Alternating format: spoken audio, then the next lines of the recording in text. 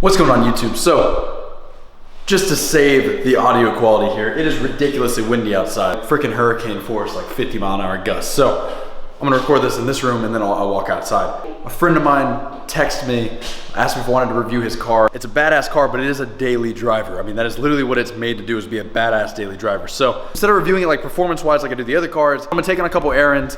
I got a couple meetings later today, and while I'm doing that, kind of just go over it. Also, I thought the car was stock. It's not stock.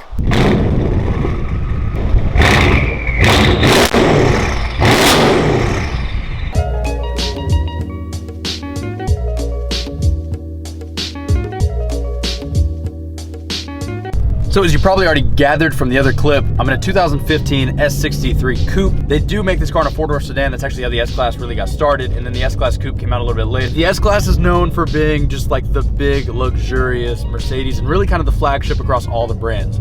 The Mercedes S-Class honestly rivals anything Bentley has, anything Rolls-Royce has. As far as luxury goes, I don't think you really get any better than this car. The Coupe version of it's more aimed at someone that maybe doesn't need the back seats. It's still not by any means like what I would consider a sports car, but it is a ridiculous beast. So Mercedes has been doing a really good job recently building cars that we don't really need, but it's badass that they're building them anyway. And what I mean by that is this is a super heavy sedan turned into a coupe. It's got a 5.5 liter bi-turbo V8 pushing 577 horsepower and 644 pound-feet of torque. Who needs that? No one, but it exists. And the fact that it exists is amazing. However, this one's not stock, and this is good because I thought it was a stock car until I picked it up. A lot of people have been asking me to like review more modified cars. All right, well, this one's pretty cool. The new downpipes, no cats, pretty much nothing going out to the back of the car. So it's pretty much just open headers. And on top of that, it's got a custom tune on it. I really don't know the horsepower and torque on this thing, but it's safe to say that it is an insane amount, especially for what this thing is. Fuck.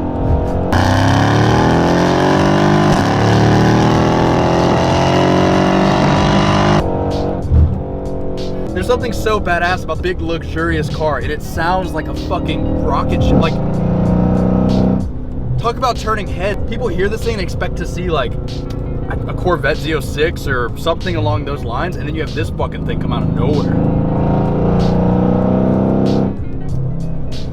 Oh God, this is really good. This is a lot better than I thought it was gonna be.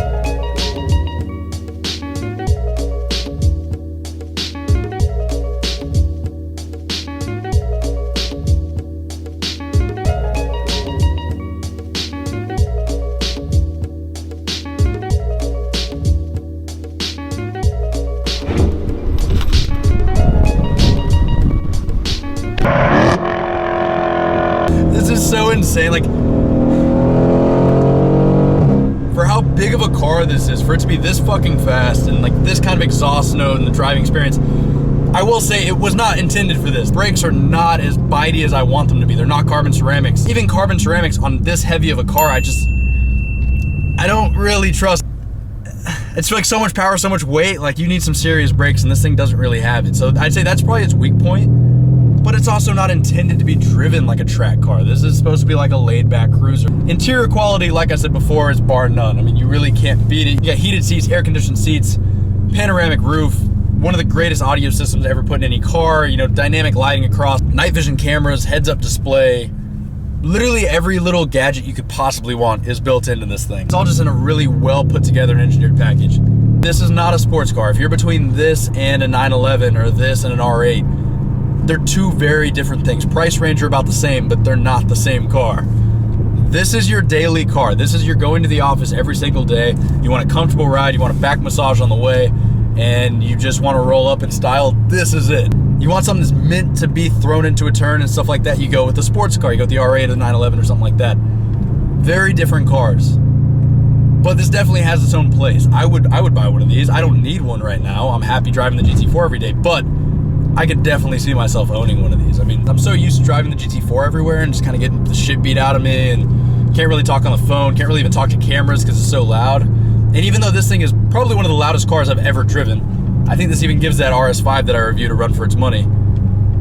I can speak to the camera in here. Right now I have it in comfort mode, it's fine. I mean, I can still hear the motor, I can hear the turbos, but it's not overbearing. It's totally livable.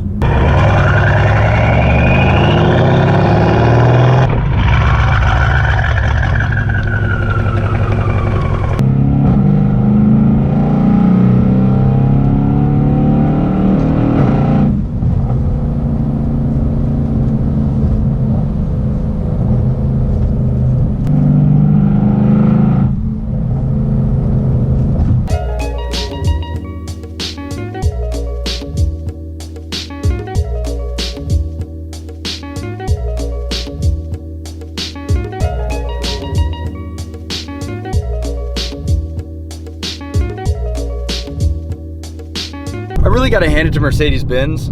This car in the 4-door version and the 2-door versions, interior is just on a different level. I mean, they're competing with cars in the $300,000, $400,000, $500,000 like luxury sector, and I think really Mercedes is beating everybody else. And this interior kind of layout's been around for like 4 years, and 4 years later, I still think they kind of won it. I mean, it's a private jet on wheels.